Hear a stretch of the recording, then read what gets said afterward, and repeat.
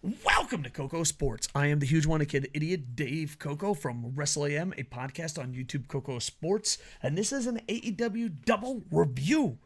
So we ask you win, loss, or tie. We're going to do AEW Rampage, Grand Slam, and AEW Collision. It is crazy late night, and I have been a little late on these because of Tokyo Game Show, but I'm joined with me, my tag team partner, Sid's Light. Sid, welcome back, sir. Welcome to AEW.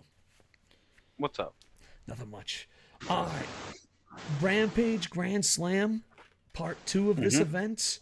Win, loss, or tie. What was your thoughts on it?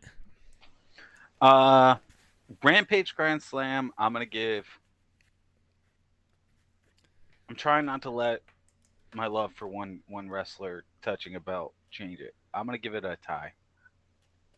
You give it a tie? All right. Because Yeah. did he touch it on Rampage or Collision? He touched it on Rampage when he picked up the belt before, what's his name took it. Okay, because I know he did. Matter of fact, we got to bring him back. We talked. No, he doesn't get to come back. He's back. He gets to come back. What do you mean? Luchasaurus got to touch the title for 1 second and then lost it. So should we only let Raptor Man stay for 1 second? I think Raptor Man should never come back. He's retired now. No, we said if he touches it, he can come back. All right. So down in the comments, 2 things: win, loss, or tie, and do we keep King Raptor Man? We originally banned King Raptor Man until Luchasaurus touched the title. He touched the title. Do we keep King For Raptor 1 Man second. or don't keep King Raptor Man? What's that? You're very He held anti-Raptor. the title for 1 second. So should he only be on the screen for 1 second? It feels that way. We'll let the internet infantry. First comment. Luchasaurus had no moment. First commenter decides. Raptor Man or no Raptor Man? All commenters decide win, loss, or tie. I'm giving it a win. I enjoyed it. Obviously, Dynamite, I think, stole the show this week for it. So I'm giving it a win, and let's go check it out. I'm reading all results off cagematch.net because I just need a little bit of I'm an old man. I got concussions. We both have concussions from the infantry. Him Army, me Marine Corps. So you need that list and oh yeah, that did happen. All right, let's go rock. Darby Allin and Sting with Nick Wayne defeat Christian Cage and Luchasaurus. And then, of course, Luchasaurus tags the title, and that's going to lead up to a match tomorrow night. And is it just me, or does Sting feel like a grandfather? Darby Allin's the dad, and Nick Wayne's the son. I just feel like it's 3 generations of Sting. That's going down. I feel like I care a really, really low amount considering what a high-level prospect this kid's supposed to be. I don't give a fuck about this kid. Yeah, and I think the big mistake is Sting helped Darby Allin get over, but I don't think Darby Allin is over enough to help a young kid get over. No. Darby Allin has been floundering, in my opinion. Yeah. Well, I think Darby Allin's probably a 7 out of 10, but Tony Khan and AEW push him like he's a 15. Yeah, I think Darby Allin is a solid low to mid card wrestler, who's good for a cruiser division. I don't think he's more than that. And now that he has someone under his wing, it's like you see him as an experienced guy. Yeah, I don't know. No. But yeah, overall, enjoyed the match. Christian Cage is just pure gold. Next, you got a mixed 6-man tag match. Hook, Chris Statlander, and Orange Cassidy defeated Parker, Jay, and Menard with Jake Hager. It happened. I don't know. There's nothing much I could say about it. Anything you want to add? No, hold on. I'm going to circle back for 1 second. Okay, I just want to point out the Nick Wayne thing. I just want to point out Go ahead. being a good wrestler is not an acceptable gimmick unless you've been wrestling for a long time. Daniel Bryan, his gimmick being I'm a great wrestler. I'm the best wrestler in the world. Okay. CM Punk, best in the world. In his prime. Doubtful now. But back then, okay. Nick Wayne has been wrestling for like a month on AEW. It's been more than a month. It's been a couple months. I still don't give a fuck about his character. Yeah. Do you? No, I think the biggest. I don't even really know anything about his character except that his dad died. That's all I know about him, really. Yeah, and his dad trained a lot of people. Yeah, and those people now are involved with him. But like, there's nothing to get me sold on this kid. I think there's two ways to fix the Nick Wayne situation. He should be with a real sturdy senpai. Like, it's like two sixth graders fucking being like, yeah, I'm going to figure a way to get into the bar. He should not, like, you can't have a guy that's getting over on a legend helping a guy younger than him. I think that's a mistake. Yeah. And he should be having matches. If he's such a great wrestler, have him have matches. Your gimmick can't be, I'm a great wrestler, and you don't wrestle enough, and I'm you're a great wrestler who only does tag matches. and your mentor needs a mentor.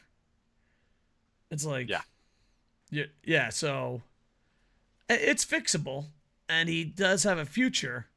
It's weird. It's weird. Do you want to mention anything about the mixed 6-man tag? I don't think there's anything worth mentioning. No.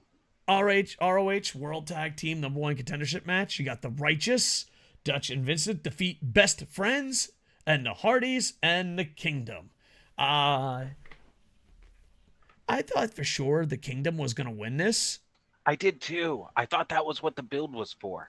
Yeah, I thought the Kingdom was going to win this. I really thought this was the Kingdom. I thought that was the whole story. And all that, but like, I'm not a Hardys fan.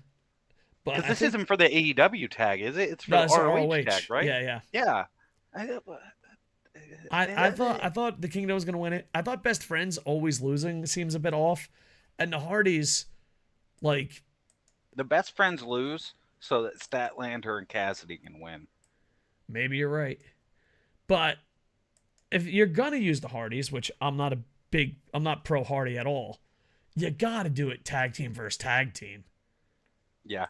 I just think. But yeah, the Righteous, I'm very interested to see what they can do. But I just thought this was the Kingdom's thing. Overall, it was a 4-way tag match. AEW World Trios title match. You got Billy Gunn and the Acclaim defeat the Dark Order. These are just two teams that are over. What's that? I thought Dark Order was going to win. I thought so too, to be honest with you. I thought that was going to happen. I don't know. I thought maybe this should have been the main event. I don't know, but then you can't really take the Elite. I don't know. I thought. I don't know. I just thought this should be on a bigger stage, and you should build up to it. I don't know. But it was a 10-minute match. Overall, I enjoyed it, and I worry that Dark Order is just going to get lost in a shuffle, which has happened a lot. Yeah, Dark Order needs to get wins, I think, to fucking establish themselves. Because like Dark Order was a gimmick that was saved, rest in peace, and then like they were like, we're good guys because no one's gonna boo us, and then they got lost in the sauce, and now they're lost in the sauce but angry on Twitter. It's like, which I do like their Twitter stuff and everything, but I don't know. Them getting lost in the sauce doesn't seem like that's my problem. Yeah, that I agree with. I don't know why they keep getting lost, honestly. Like, I'm into what they're doing. It's just they're not getting used very much, and they're losing when they are. Yeah, and another bit, like, Billy Gunn and Acclaim are crazy over. So just don't have the match right away. That's what I've been thinking this whole time is, like, why not just hold off on this match if you know you're not going to let the Dark Order go over? But Dark Order honestly kind of needs wins. Wait, build it up and have it be a match later. Do it in, like, another pay-per-view. I don't know, man. Yeah. I don't know. Julia Hart kind of felt bad. Julia Hart defeats Sky Blue. Tony, you have great women. Stop. Like, I will say, I think Julia Hart's really good. Really? I'm not feeling her at all. I think Julia Hart has a lot of promise. And that spider suplex in the corner was sick. Got it. You didn't like that? I did. The only problem was the setup for it was a little bit long. But for the first time I've seen it, I thought I liked it. I thought it was a cool move. All right. So we're not seeing eye on that. That's okay. I'm just and we not all know why her. Sky Blue's getting booked as much as she does. Yeah. So overall, not bad. Mike Satana defeats Bronson in a 2-minute and 24-second match. And ROH World 6-Man Tag Title match. The Elite, Adam Page, Matt Jackson, Nick Jackson defeat the Mobile Embassy. And Prince Nana dancing was fucking beyond fantastic. It was insanely over. I'm so glad they signed Prince Nana. He's been so good. Yeah, I kind of agree. And I don't know. Does the Elite need to win this? And if the Elite have the ROH 6-Man Tag Title, and Billy Gunn and the Acclaim have the AEW World Trios title, I don't know. I just think it's too close. Combine the titles. Here's my thing. Maybe have a double champs. Go ahead. Maybe I'm wrong here. I don't know whose decision this is. I don't want to see the Elite just holding on to a fucking a side title, man. I want to see the Elite in the main shit. I don't know, man. Like they're why I fell in love with the promotion, and it feels 100%. like they're just on like aside from Kenny, who is about to have another banger. It for the most part though, it still feels like the Elite is just kind of like they're on a back burner, but it doesn't seem like they hate it there. It seems like it's their own choice that they're just kind of having fun with their friends right now. But I just want to see them be a prominent part of the story on the show because they're why I love the brand. I think it's because Tony Khan listens to the wrong people. I think two reasons. I think Tony Khan listens to the wrong people, and second, I think they think like, well, if we're in charge, we can't be on top. Yeah, I could definitely see them being like, we can't put ourselves at the top of the card as guys who are EVPs. But I think that Tony Khan should know these guys are what started the company. These guys are undeniably the part of the heart of this company. They should be a prominently featured aspect. And, this is more of the Elite than anything. But, Kenny, I've never met a Japanese fan that when you say AEW, they don't go, oh, it's Kenny's promotion? Yeah. It's like no one in Japan doesn't call it Kenny's promotion. And I watch AEW religiously. I watch New Japan, Noah religiously. And I watch WWE pay-per-views and the short international feed. So I watch a lot of pro wrestling. And I'm not an AEW hater. If Kenny walked and didn't sign that contract, there's no way I continue watching. There's no way. It's just like, I'm done. Okay. I'm that high on Kenny. I think a good... All right, this is going to spoil some stuff to people of our audience who might not know. I do this. I watch, I'd say, 80 to 90% of my wrestling I watch at 2 to 4 times speed. I very rarely watch it at normal speed. It's super rare. It has to be I'm watching a pay-per-view live, basically. Otherwise, I'll wait and I'll watch it just so that I can watch it at 2 times to 4 times speed. I can keep up with the dialogue and keep up with it, and it's more exciting that way, which is not the proper way to view it, I understand. But the point of this is Kenny Omega is one of the few guys that I always go to 1 time speed for. Yeah. I want to enjoy Kenny Omega's shit. I don't know, man. I don't know how Kenny's not. Kenny and the Elite aren't prominently featured all the time. I think it's because they listen to the wrong critics. I really do. And they're losing their identity little by little. All right, let's talk AEW Collision. Christian Cage defeats Darby Allin and Luchasaurus. Title change. AEW TNT title 3-way match. I just thought this was all around good sports entertainment. I think they're straying from pro wrestling. They're going sports entertainment. And Christian Cage is perfect for that. He can go, but this is all sports entertainment. And then you see Luchasaurus and where it goes from there. And I don't know. It's an interesting situation. Then you got... If this is the end of Christian Cage's career, this man is doing one beautiful fucking swan song to cap it. I have loved everything about his act since he's come back. Yeah. Hook and Rob Van Dam, RVD, wrestled Hold with... on. It's worth pointing out. do you think that Luchasaurus is going to react negatively to this? Like, do you think this will be something that's used to drive the wedge between them? See, here's the thing. This is what good booking is. My honest to God answer is I don't know, but I want to find out. Yes. And not enough. I don't not know. Is enough he just a storylines are mindless like that. monster? Like, is he just the mindless monster that he's been appearing since the heel turn? Or is this going to be the thing? Like, he touched the belt and then he got screwed out of his belt after he finally touched it. Is this going to be the thing that makes him go? Is Luke Perry going to come back and him and Luke Perry get together and that be a thing? Which, I mean, not Luke Perry. God damn it. Jack Perry. Jack Perry. Jack Perry. Is Jack Perry going to come back? According to Christian I'm Cage, excited no. for it. Source, Christian Cage, no. I would like to see it. Yeah, I know that, but I feel like Luchasaurus and Jungle Boy got lost in the sauce when they went their separate ways. And considering it's, yeah, so. Especially because A Boy and His Dinosaur was really something special. 100%, and I hope they get back to it. I don't know, but it would be a great way. It leads to a tag team match. You got Hook and Rob Van Dam. Rob Van Dam was in his hometown. There's internet reports that WWE doesn't work with Rob Van Dam because he showed up on AEW, even though he says he got permission. And it's got to be weird to wrestle in your hometown, but also wrestle with your coworker or your rival, wrestling rival's son. Like, he's teaming up with Taz's son. I didn't even think about that. Yeah. I didn't think about that aspect at all. Yeah, that's got to be wild.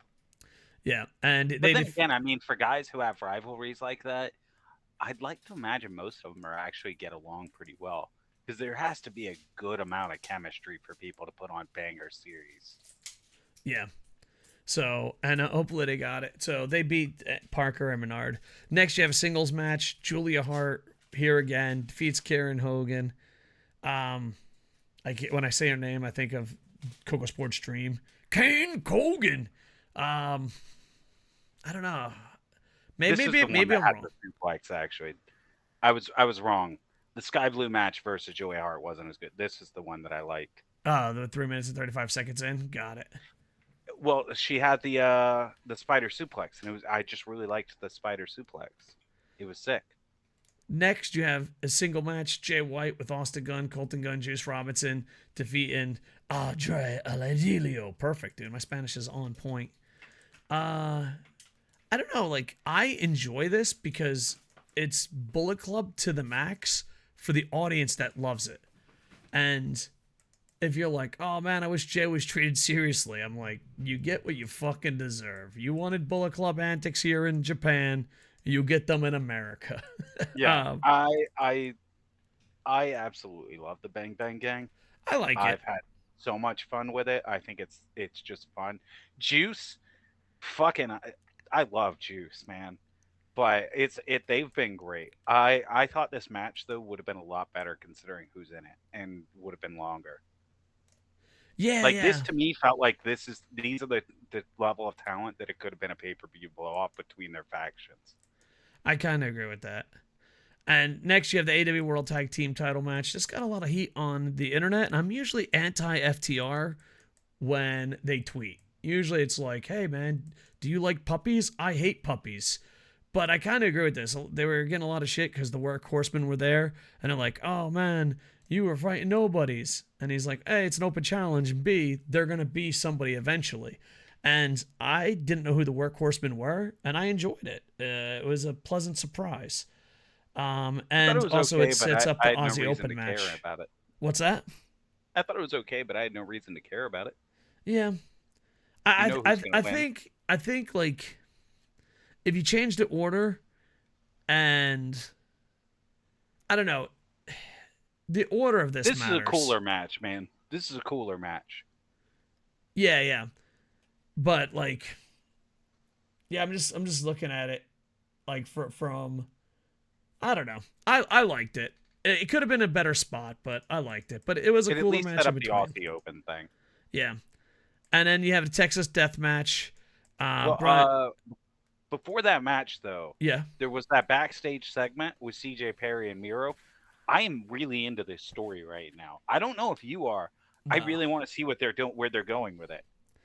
I have no like. I'm like whatever. That's I just don't know. me. I want to know who CJ Perry's going to manage, and I'm hoping that it eventually leads to her managing Miro, and we get a little bit of that magic they had before. Because CJ Perry, to me, being a manager in AEW is exciting. I don't want her to wrestle. I do not. I d- I do not want to see CJ Perry wrestle. I don't even want her to take a spot. She's bad. Um, but as a manager, I think she's very good. And it would be interesting to see her keep getting wrestlers and him destroy it. So maybe we'll see how it plays out. I'm curious who the first one will be. I'm thinking Wardlow. We have not seen Wardlow in a while. Oh yeah, where has he been? Also, He got real cold and then disappeared. and it doesn't matter the company. I know you nipple rubbers love your corporations, but they advertise two things that I'm getting tired of in North American wrestling. If you give me a second, fuck contract signings. Contract signings are fucking dumb. They're dumb. I'll do a separate video on it. They are kayfabe, universal destroyers. It is the worst thing in professional wrestling. End of story. Second worst thing. I'm trying to think of one that I really liked, and now that all the ones that I remember are just signings that turn into brawls. The only one that was something sort of unique was the you signed a match with the Dragon, but it's the American Dragon. That was a good one. That was a good little reveal. But very rarely do contract signings. Contract I signings. did like that. Contract signings are the worst. Second thing, and this ain't an AEW or WWE Impact thing. I'm so fucking sick of North America advertising promos. Have promos. Yeah. I know you guys rub your nipples to fucking goddamn promos. You're like, yeah, fuck yeah. Unless it's someone that's been gone for a while. 100%. Like, okay, if Big E was gonna be doing a promo, because like say hypothetically, this isn't whatever Big E wants to do. Props to him. I hope he does it. I want Big E to be happy. Great guy. But if hypothetically Big E were transitioning, not transmissioning, transitioning into a manager role, and I would want them to announce like Big E will talk on SmackDown or Big E's going to be on SmackDown because we haven't seen him in a while. But if it's someone that I'm seeing every other week, I don't give a fuck that I'm going to hear for him. Let me be surprised when they show up on my fucking screen for once. Like with WWE and The Rock. Yeah, I don't need to know that everything. Here's the thing: if you're not going to advertise The Rock, don't advertise anybody. You know what I mean? That's a good point too. Like, if you're not going to advertise The Rock, why the fuck are you going to advertise the LA Knights talking again? Yeah, and the same thing with AEW. I don't know if Impact does it, but it just if it's not a big return, do not mention and advertise it. Like, because here's the thing. To hard times. If you're on the fence of going to a live event, it doesn't matter the company. And they're like, but I'll pick two random guys. And for WWE, Sheamus. For AEW, Hangman Page. And you're like, I'm on the fence. And they're like, Sheamus will cut a promo. Hangman Page will cut a promo. That literally does not walk me into the building at all. I think, that's I think the best way to sum it up is a promo's not going to sell me into the building if it's someone that's regularly on the roster. Yes. Now, however, if you would announce The Rock was returning that night, that would have bought people into the building. Yeah, 100%. All right. As a tangent, though, of your announcement of announcements, there's another one that they always announce is going to be happening. WWE is the one who's hands down the worst about this. And as soon as I say it, you'll know why. Talk shows. I do not give a fuck about wrestler talk shows in kayfabe that happen in the ring with the little sets and everything. I fucking hate them so much. They are the dumbest shit ever. It's so stupid. The only way you would sell me on liking one of these is if the wrestler who's doing it, if at some point you had a backstage segment where this wrestler's cramming all of these fucking things into a car because he has to transport them from arena to arena in his car because it's his personal stupid show he does in the arena. That would make me laugh and I'd become a fan of it then. Otherwise, I think it's a stupid thing and I'm so sick of having it announced. This week you'll hear from blah blah blah on the Miz moment or whatever the fuck Miz TV is called. Miz TV, that's it. My brain remembered when I fucking Just I hate the fucking announcements of the shows and I hate the it's shows. so bad. Just stop. A lot of anger came out of us before this match. Yeah. Texas Death Match. Bryan Danielson defeats Ricky Starks 2010. The athletes were amazing. The finish was nice. With that said, 10 counts. I fucking hate them. I fucking hate the 10 counts. Just I don't know. I think it was Yeet that said it. It is literally a double down. It's a double down. Yeah. I think better than the 10 count is you just do the knockout. Do the knockout roll. Yeah. It gets the exact same effect. But the athletes did a good job, and the Twitter was kind of mad because Ricky Starks didn't really bash Bryan Danielson's leg, but WWE and AEW work the same style, and both of them do it that way. It's just a fan caught it on camera. There's plenty of WWE doing the same thing. I just find it weird. I find it weird that people think he was really gonna hit him with a knee wrapped in chain? Do you know wrestling's fake? And it's so funny because, like, 1 second they're too dangerous, and then it's like, you gotta do it. It's like, all right. Right? Like, calm down, guys. And it's literally the same thing. It's like, I don't know. James Brawl USA always makes fun of me, saying, you think it's the same thing. Do they think that every time Sami Zayn does a Helova kick, he is actually pushing his foot through their head? I know that, but, like, if you watch Noah or Prime New Japan, this debate just seems silly. It just seems silly. And it's like, so, like, because here's the thing. You're in a lose-lose situation. If he crushes his fucking knee, shoot style, you cry and complain they're not safe. But then he misses it, you cry and complain that it's not safe. It's like, come on.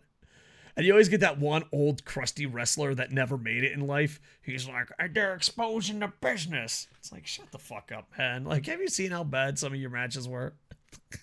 Right? Do you want us to expose your business? Yeah. Because I got VHS tapes, buddy. Yeah. It's silly and uncalled for. I just don't like that type of match. Because, like, he wraps up his knee with a chain and then throws a running knee, right? And when he throws the fucking running knee, you're like, that's amazing. And then she still has to count to 10. You're like, what the fuck are we doing here, man? He's dead. Yeah, that's why I think a knockout, going with just making it the match finish is a knockout. Yeah. As requirement. Then at that point, she just checks him and she's like, he's out, and it's over. Yeah, because I am very anti-double down. If you said, I want a 60-minute match, but there's 3 double downs, I'll say, all right, what if we get rid of the double downs? And you're like, we can only go 22 minutes. I'm like, 22 minutes. I'm like, just... It's super rare for me to be like, I really love it. But once in a blue moon, in a blue moon, you'll get that beautiful, like, double 10 count where they're both fighting back up. Or you get that once in a blue moon double count out where they both lose. Yeah, and I'm completely fine with a double down once a year. It's got to be rare. But if it's your fucking rest spot, fuck you. Shorten your match. Just shorten your match. Actually, yeah, I didn't even think about that. It is a rest spot. It's totally a rest spot. It's just like, oh, dude, man, and none of that. But way to ruin the magic for me. No problem. If it makes you feel better, go to a fucking local indie event. Holy fuck, you will see fat motherfuckers do like 16 double downs one show. I went to a Florida indie event. All right, I want you to guess because I remember the stats like it was fucking yesterday because I wanted to fucking die. They had 8 matches. In 8 matches, how many double downs do you think there were? 30. You were very close, 38. Damn, I was that close? Fuck, I was saying I was going for an absurd number. I was hoping you'd be like, no, it was 12. Dude, I remember when I used to run a company, I was like, dude, we're not doing double downs. Like, I'll get tired. Well, either get in shape or shorten your match. It's like, I want to do a 62-minute match with 47 double downs. That's like fucking 90% I double want to downs, have a brother. 60-minute Iron Man match. 27 of it is rest holds. Yeah. Holy shit. Lay and pray, boys. Lay and pray. What we're saying is double downs fucking suck balls unless it's done once or twice a year. That's it. That's it. And we're also planning multiple spots where we both have each other in figure fours. Of course, of course. But then we'll say how we're athletes on Twitter and cry and complain. The match wasn't bad though. It wasn't a bad match. Just I don't care. Just the gimmick ruined it. Yeah. I think it's like, because as soon as it's like, oh, because like, oh, what's the official rules of a Texas fucking death match, whatever the fuck it was called. Yeah, you're like, I don't fucking know what the rules are. What's the fucking rules? And when the ref started counting to 10 count, I was like, dude, I'm out. I'm out. Holy shit, I'm out. Also, there was something about the way the camera ended the show with Collision. So it looked like while Bill and Yuta were obviously like scuffling a little to keep separated, so to speak. But it looked like, but when it cut, that Ricky Starks was trying to like feebly make his way over to shake Brian's hand. If that was going to happen, I kind of would have liked to have seen it. If it was going to happen, Yeah. And if it wasn't, then I wouldn't have liked to have seen him move toward it like it was. If like you know what I mean? They started like there was going to be a moment, and then it cuts. Like don't start like there's going to be a moment if you're going to cut. I don't know. Cliffhanger. We're not gonna know. Overall, I give them both a win. They're not perfect. It wasn't, it wasn't bad. I give it a pretty good win. And I also do. I feel a lot of times, especially like with this, it's like people are gonna love it or hate it just depending on what letters they worship, and that makes me sad inside. I think no matter what, if you like sports entertainment, the first match I think will tickle your funny bone. Yeah. And if you want to see just good wrestling, then I think that Jay White versus Andrade is two very, very good wrestlers. I don't think that was the best match they could have put on, but it was a good match. And I also think that Ricky Starks versus Bryan Danielson, while the gimmick does take away from the match, still world-class wrestlers. Yeah, great match. The athletes did a wonderful job. And overall, good weekends.